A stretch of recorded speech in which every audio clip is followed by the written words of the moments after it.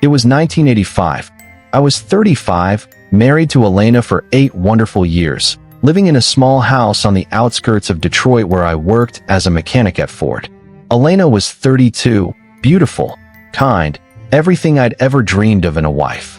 We'd been trying to have children for years, going to doctors, spending money we didn't have on treatments, praying every night that God would bless us with a family. My younger brother Marcus was 31, single, charming in that dangerous way that made women forget they were married. He lived in the apartment above our garage, supposedly saving money to buy his own place, supposedly helping with the rent by doing odd jobs around the house. I trusted him completely. After all, he was my brother, my blood, the only family I had left after our parents died in a car accident 3 years earlier. That trust would prove to be the biggest mistake of my life. The first sign something was wrong came on a Tuesday evening in March.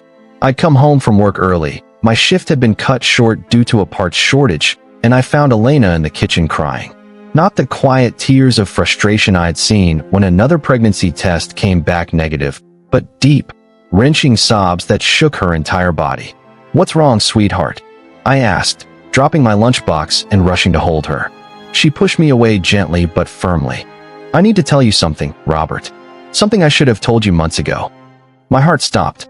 In 8 years of marriage, Elena had never kept secrets from me. We told each other everything, shared every worry, every hope, every fear. "What is it?" She looked at me with eyes red from crying, and I saw something I'd never seen there before: guilt. Pure, devastating guilt. "I'm pregnant," she whispered. For a moment, I felt joy so intense it nearly knocked me over.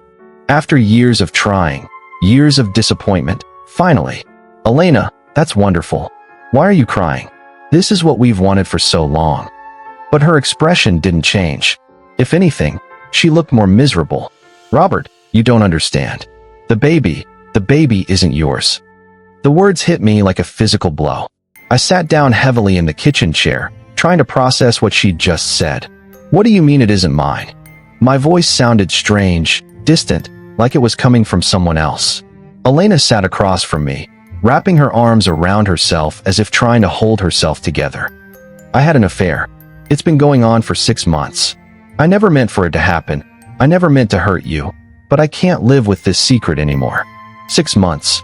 While I'd been working overtime to pay for fertility treatments, while I'd been holding her hand in doctors' offices, while I'd been reassuring her that we'd have children when God decided it was time, she'd been with another man. "Who?" I asked, though part of me already knew I didn't want to hear the answer. She hesitated, looking everywhere except at my face. "Robert, please don't make me." "Who?" I shouted, surprising both of us with the violence in my voice. "Marcus," she whispered, so quietly I almost didn't hear. "It's Marcus. My brother.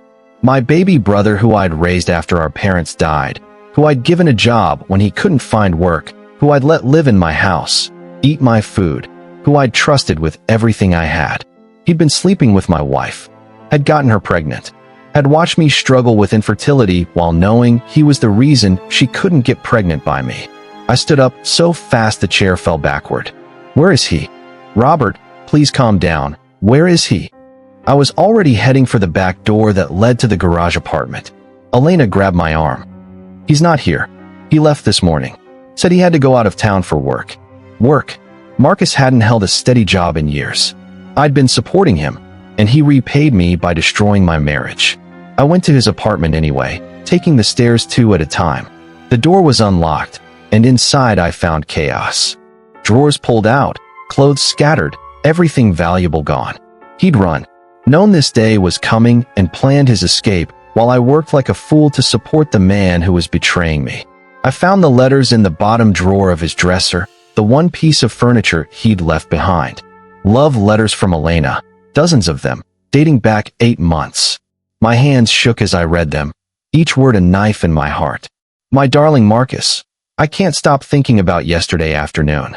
Robert was working late again, and being with you felt like coming alive. Marcus, my love, I know this is wrong, but when I'm in your arms, nothing else matters. I dream about running away with you, starting fresh somewhere Robert will never find us." The letters painted a picture I didn't want to see. This wasn't a one-time mistake, a moment of weakness. This was a full-blown affair, complete with plans for a future together. They'd been making love in my house while I worked to support them both.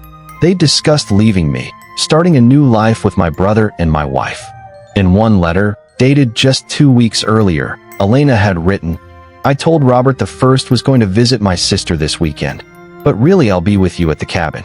3 whole days, just us. I can't wait to pretend we're a real couple, that we don't have to hide anymore." The cabin. My cabin. The one I'd inherited from my father, where Elena and I had honeymooned, where we'd spent our anniversary every year. They'd been using it as their secret love nest. I drove there that night, a 3-hour trip through back roads I could navigate in my sleep. Part of me hoped I wouldn't find them there, hoped this was all some terrible nightmare I'd wake up from.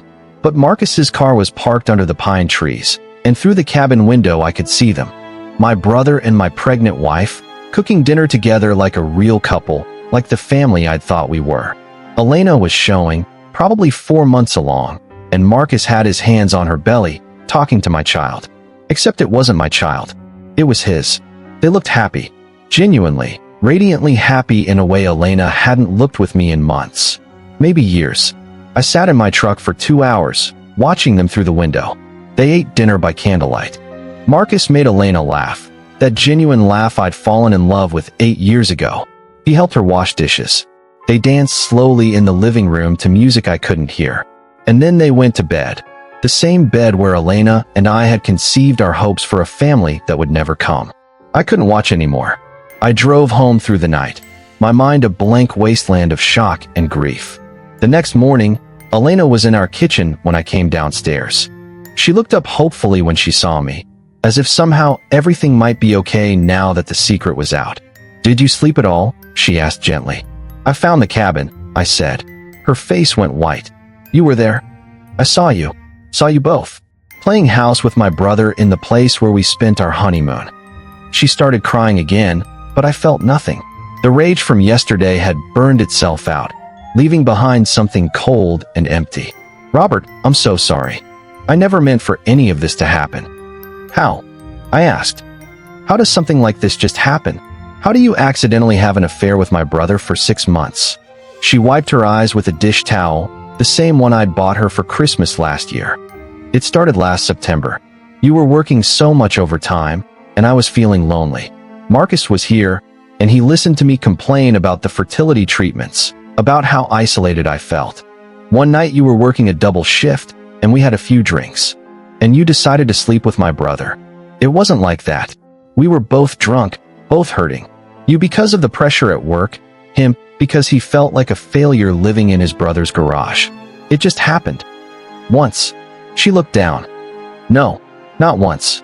The next morning we swore it would never happen again. But then a few days later, you did it again.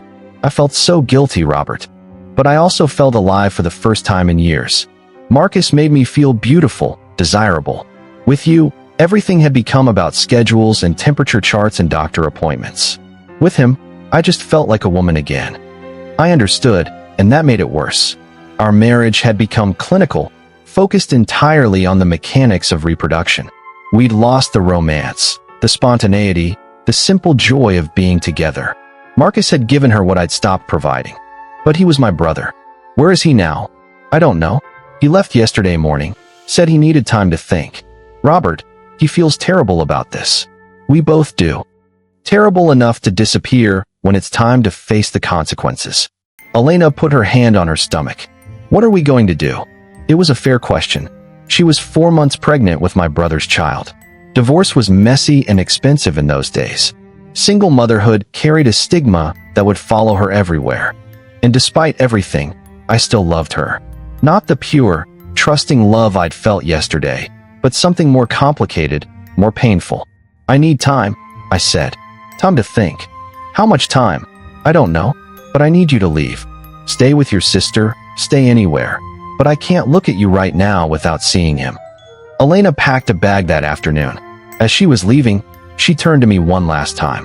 Robert, I know you probably can't forgive me, but I need you to know something. What happened with Marcus? It wasn't about not loving you. I do love you. I've always loved you. But somewhere along the way, We lost each other. We became roommates trying to make a baby instead of husband and wife building a life. She was right, and I hated her for it. We had lost each other, but that didn't justify what she'd done. That didn't excuse my brother's betrayal. After she left, I sat alone in our house, surrounded by reminders of our 8 years together. Wedding photos, anniversary gifts, the baby clothes Elena had bought hopefully and hidden in the closet. I found myself wondering if Marcus had been in our bed, if they'd made love in the room Elena and I shared. The thought made me sick, but I had to know. In our bedroom, I stripped the sheets and found what I was looking for. Dark hairs that weren't mine, cologne that wasn't mine, evidence that my brother had been intimate with my wife in my own home. That night, I burned everything. The sheets, the love letters, even some of the photos. I couldn't bear to look at Elena's face knowing what I knew now. I kept one photo, our wedding picture, not out of sentiment, but as a reminder of how naive I'd been, how completely I'd trusted the two people who destroyed my life. Marcus didn't come back. Days turned into weeks, weeks into months, and still no word from my brother. I hired a private investigator, not because I wanted to reconcile, but because I needed answers. Where had he gone? Was he supporting Elena and the baby? Was he taking responsibility for what he'd done? The investigator found him in California, working construction under a false name. He'd changed his appearance, grown a beard, lost weight. He was living alone in a small apartment, apparently sending money to Elena but having no direct contact with her or the child. He'd run from his responsibilities, abandoned both Elena and me when things got complicated. Elena gave birth in November 1985, a son she named David. She sent me a birth announcement with a note. He looks just like Marcus. I thought you should know. I stared at that announcement for hours. My brother's son, carrying my family name because Elena had never officially filed for divorce. Legally, I was that child's father, even though biologically he belonged to the man who'd betrayed me. For months, I debated what to do. Elena called occasionally, asking if we could talk, if there was any chance of reconciliation. She was struggling financially, working part-time while caring for a newborn. Part of me wanted to help, wanted to be the bigger man and forgive. But every time I saw her, I saw Marcus. Every time I looked at the baby, I saw my brother's eyes, my brother's face, the living proof of their betrayal. In March 1986, exactly 1 year after Elena had confessed, she appeared at my door with baby David in her arms. She looked tired, worn down by single motherhood and financial stress. "Robert, I need to ask you something, and I'll understand if you say no." "What?" "David needs a father figure. I know he's not your biological son, but legally he's yours. Would you consider, could we try to work things out? For his sake?" I looked at the baby in her arms. He was beautiful, healthy, alert. He had Elena's nose, but Marcus's dark hair and deep brown eyes. Looking at him hurt, but he was innocent in all this. He hadn't asked to be born into such a complicated situation. "Where's Marcus?" "I don't know. The money stopped coming 2 months ago. I think he's gone for good." My brother had abandoned his own son, left Elena to raise his child alone while he started a new life somewhere else. It was the final betrayal, abandoning his own flesh and blood rather than facing the consequences of his actions. I made a decision that surprised even me. "I'll help," I said. "Not because I forgive you, and not because I want to reconcile. But that baby didn't do anything wrong, and he deserves better than a father who runs away." Elena started crying again, but these were tears of relief. "Thank you, Robert. I know I don't deserve your kindness." "You don't," I agreed. "But he does." We worked out an arrangement. Elena and David moved back into the house, but we lived like roommates, not husband and wife. I provided financial support and helped care for David, but Elena and I slept in separate rooms. We were civil, cooperative, but the intimacy was gone. The trust was broken beyond repair. I grew to love David despite everything. He was a sweet child, intelligent and affectionate. But every milestone, his first words, his first steps, his first day of school, was tinged with sadness. These should have been moments of pure joy, but I couldn't forget that he wasn't really mine, that his real father had abandoned him without a second thought. Elena and I never officially divorced, but we never truly reconciled either. We existed in a strange limbo, bound together by circumstance and a shared commitment to David's well-being. She dated occasionally over the years, but nothing serious. I think the guilt over what she'd done made it hard for her to trust her own judgment about men. I had a few relationships too, but they never went anywhere.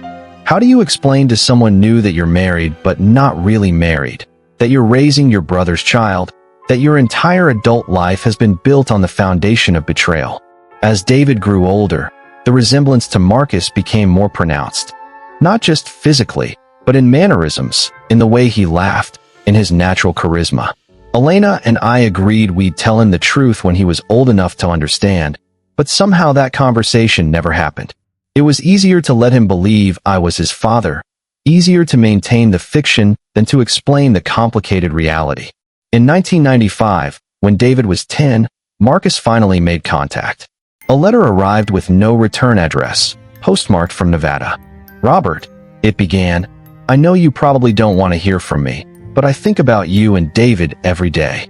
I've been clean and sober for 2 years now, working steady, trying to become the man I should have been all along. I don't expect forgiveness, but I want you to know that what I did was the worst thing I've ever done in my life. You deserve better. Elena deserved better. David deserved better. I'm enclosing $5,000 for David's education. There will be more when I can manage it. Please don't tell him it's from me. As far as he knows, you're his father, and that's how it should stay. You've been more of a father to him than I ever could be. Thank you for stepping up when I ran away. I hope someday you can forgive me, but I understand if you can't. Your brother, Marcus." I showed the letter to Elena. She read it quietly, then handed it back without comment. "What do you think?" I asked. "I think he's 10 years too late," she said. "David has a father. He doesn't need Marcus showing up now to complicate things." She was right. David was happy, well-adjusted, secure in his identity as my son. Marcus had forfeited his right to be a father when he abandoned his responsibilities. But the money kept coming. Every few months, a cashier's check would arrive with a note from Marcus. Updates on his life. He'd gotten married, moved to Oregon, started his own construction company. He never asked to see David or to be acknowledged as his father. He just sent money and stayed away, apparently content to be a silent benefactor rather than an active parent. Elena and I never discussed these payments with David. We put the money in a college fund and told him it was from our savings. In a way, it was easier to think of Marcus as dead, to pretend he'd never existed rather than deal with the complexity of his ongoing presence in our lives. David graduated high school in 2003, a bright, capable young man who'd been accepted to several good colleges. At his graduation party, surrounded by friends and extended family, I felt a mixture of pride and melancholy. I'd raised a son who wasn't biologically mine, loved him as if he were my own flesh and blood, but always with the knowledge that his real father was out there somewhere, sending money but never claiming his child. After the party, as we cleaned up, David approached me with a serious expression. "Dad, can I ask you something?" "Of course. I know I'm adopted." The words hit me like a physical blow. "What makes you think that?" "I'm not stupid.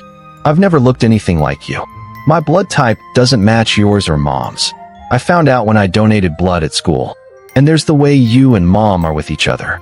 You love each other, but it's not the same as my friends' parents. You're more like really good friends who happen to live together." Elena had been listening from the kitchen. She came into the living room, her face pale. "David, it's okay, Mom. I'm not angry. I just want to know the truth. Who is my real father? And why doesn't he want me?" Elena and I looked at each other. The moment we'd been dreading for 18 years had finally arrived. "Your real father is someone who made very bad choices," I said carefully. "Someone who hurt a lot of people and then ran away rather than taking responsibility. Is he dead?" "No, he's alive. But he's not in our lives by choice, his choice in ours." David processed this information quietly. "Do you know where he is?" "Yes," Elena said. "But knowing where he is and wanting contact with him are two different things. He gave up the right to be your father a long time ago." "What if I want to meet him?" The question I'd been dreading. "That's your choice to make," I said. "But I hope you'll think carefully about it. He's not the man you might want him to be." David did think about it. For months, he wrestled with the decision. Finally, In the spring of 2004, he asked me to help him make contact with Marcus. I was reluctant, but Elena convinced me it was necessary. He needs to see for himself who Marcus really is, she said. If we try to keep them apart, David will always wonder. It's better to let him meet Marcus and be disappointed than to let him build up some fantasy about his biological father. I arranged the meeting through the private investigator I'd used years earlier. Marcus was living in Portland now, married with 2 young daughters, running a successful construction business. When I called him, he was shocked to hear from me. "Robert? My God, I can't believe. How are you? How's David?" David knows the truth. He wants to meet you. There was a long silence. Are you sure that's a good idea? I mean, after all this time. It's what he wants. The question is, are you willing to see him? Of course. I've thought about him every day for 19 years. But I don't want to disrupt his life or yours. You've been his father. I'm just the man who abandoned him. Yes, we're all clear on that. The meeting was arranged for a neutral location, a restaurant in Portland where Marcus lived. Elena, David, and I drove up together, a tense 3-hour journey filled with nervous conversation and long silences. David had prepared questions, things he wanted to know about his biological father, about why he'd been abandoned, about the circumstances of his conception. When we walked into the restaurant, I recognized Marcus immediately despite 19 years of separation. He'd aged, of course, but he still had that same charismatic smile, the same easy confidence that had made him so appealing to women. He was waiting at a corner table, nervously fidgeting with his wedding ring.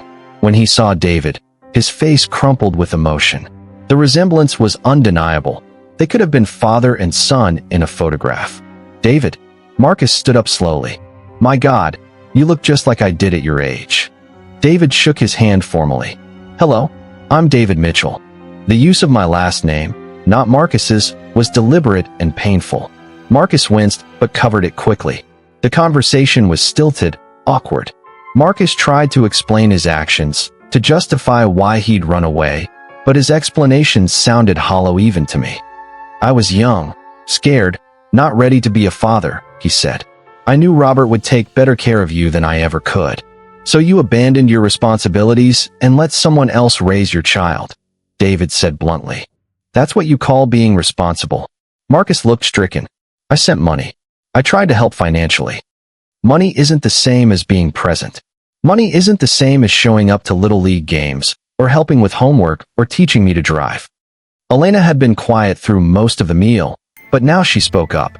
"David, I think your father has heard enough. Marcus did what he thought was best at the time." Did he? Or did he do what was easiest for him? David's anger was rising. "You want to know what I think? I think you were a coward. I think you got scared when things got complicated, and you ran away. And now you want credit for sending checks?" The meeting ended badly. Marcus tried to give David his contact information, said he hoped they could build some kind of relationship, but David wasn't interested. "I already have a father," he said, looking at me. "The man who was there when I needed him. You're just the guy who contributed DNA." We drove home in relative silence. David seemed relieved more than anything else. He'd built up this image of his biological father as someone mysterious, someone who might have been a positive presence in his life if circumstances had been different. Meeting Marcus had shattered that illusion, but it had also given him closure. "I'm glad I met him," he said as we pulled into our driveway. "Now I know I didn't miss anything." Elena squeezed my hand as we walked into the house. It was the first spontaneous gesture of affection she'd shown me in years. "Thank you for being the man he wasn't," she said quietly. "David went to college that fall, majoring in engineering like I had always wanted to do, but never got the chance. He excelled academically and socially, secure in his identity despite the complicated circumstances of his birth. He graduated with honors in 2008, got a good job with a technology company, and eventually married a wonderful young woman named Sarah.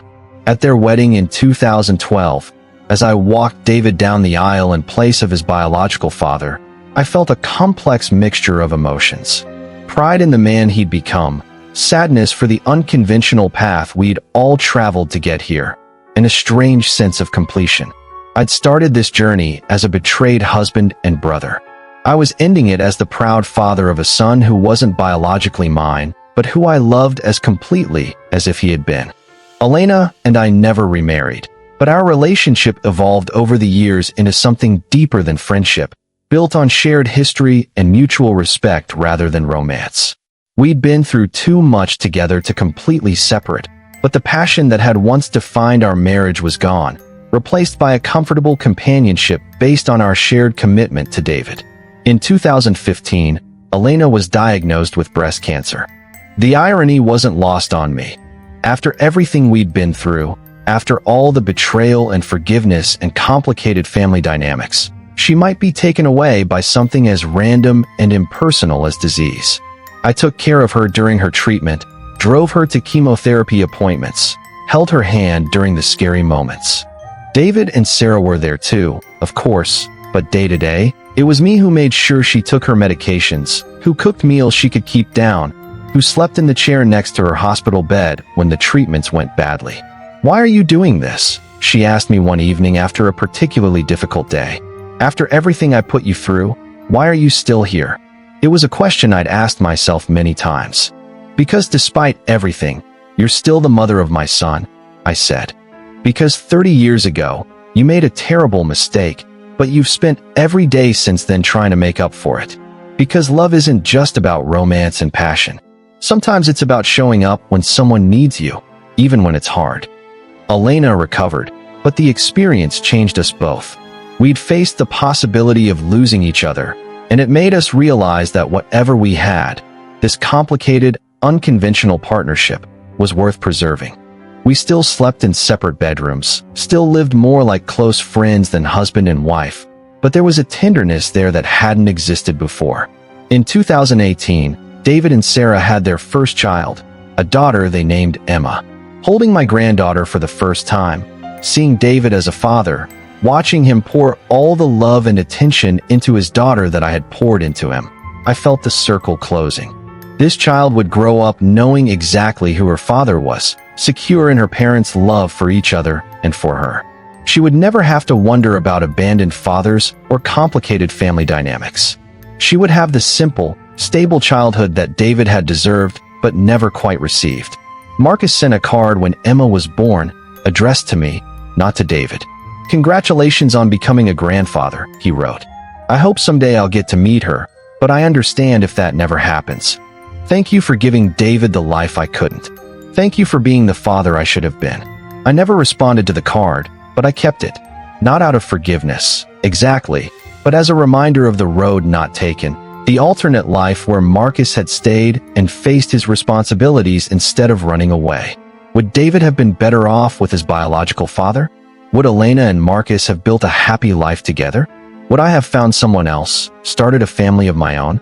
These were questions without answers, alternate histories that existed only in imagination. At 78, looking back on 40 years of complicated family dynamics, I can say that I don't regret the choices I made. I raised a son who wasn't biologically mine and loved him completely. I stayed with a wife who had betrayed me and found a different kind of love, based on forgiveness and shared commitment rather than passion. I built a family out of the wreckage of betrayal, and that family has given me more joy than I ever thought possible. The story could have ended differently. I could have thrown Elena out and never looked back. I could have refused to help raise Marcus's child. I could have let bitterness and resentment define my life. Instead, I chose forgiveness. Not because what they did was okay, but because carrying that anger would have poisoned everything else. I chose to be the father David needed, even though he wasn't my biological son. I chose to honor my marriage vows even after they'd been broken, to find a way forward that preserved what was worth saving while acknowledging what had been lost forever. Marcus made his choice 40 years ago when he ran away from his responsibilities. He chose the easy path, the path that avoided immediate consequences but cost him everything that mattered: his relationship with his brother, his role as a father, his integrity as a man. He spent 40 years trying to make up for that choice with money and occasional letters. But some things can't be bought or written away. David is 38 now, a successful engineer, devoted husband, and loving father. He occasionally gets updates about Marcus through mutual acquaintances. Apparently, he's still married, still living in Oregon, still successful in business. But David has shown no interest in building a relationship with his biological father. As he told me recently, you can't abandon someone for 40 years and then expect them to welcome you back into their life. Some choices are permanent. Elena is 70, healthy after her cancer scare, actively involved in her granddaughter's life. She and I still live in the same house, still maintain our unusual but functional partnership. We're not the couple we were in 1985, but we're not the broken people we were immediately after the affair either. We found something in between, something that works for us even if it might not make sense to other people. The betrayal that nearly destroyed us became, in a strange way, the foundation for something more honest and resilient. Sometimes, late at night, I wonder what Marcus thinks about the life he gave up. Does he regret running away? Does he wonder what kind of relationship he might have had with David if he'd stayed and faced the music? Does he understand that his momentary cowardice cost him not just a relationship with his son, but any chance of redemption in his son's eyes? These are questions I'll probably never know the answers to, and maybe that's for the best. The man who betrayed me 40 years ago is essentially a stranger now. The brother I once trusted, the man who shared my childhood and my parents' love, disappeared the day he chose to run away rather than face the consequences of his actions. What remains is a cautionary tale about choices and consequences, about the difference between the easy path and the right path, about how one moment of cowardice can echo through decades. At 78, I've learned that betrayal doesn't have to be the end of the story. It can be the beginning of something different, something harder, but ultimately more meaningful than what came before. David calls me every Sunday, brings Emma by to visit every weekend. Elena and I have settled into a comfortable routine of shared meals, shared responsibilities, shared memories, both good and painful. We've built something from the wreckage of betrayal, something that has given us both more than we lost when Marcus ran away. The brother who stole my wife and abandoned his child thought he was taking everything from me. Instead, he gave me the chance to become the man I was meant to be, a real father, a real husband, someone who stays and fights for what matters instead of running away when things get difficult. That's the story I wanted to tell you today. Not just about betrayal, but about what comes after betrayal, about the choices we make when our world falls apart, about finding family in unexpected places and love in unexpected forms. Marcus may have been David's biological father, but I was the one who earned the right to be called Dad. And in the end, that's what matters, not the biology, but the love, not the easy choices, but the right ones, not the betrayal, but the forgiveness that allows us to build something better from the broken pieces of what came before.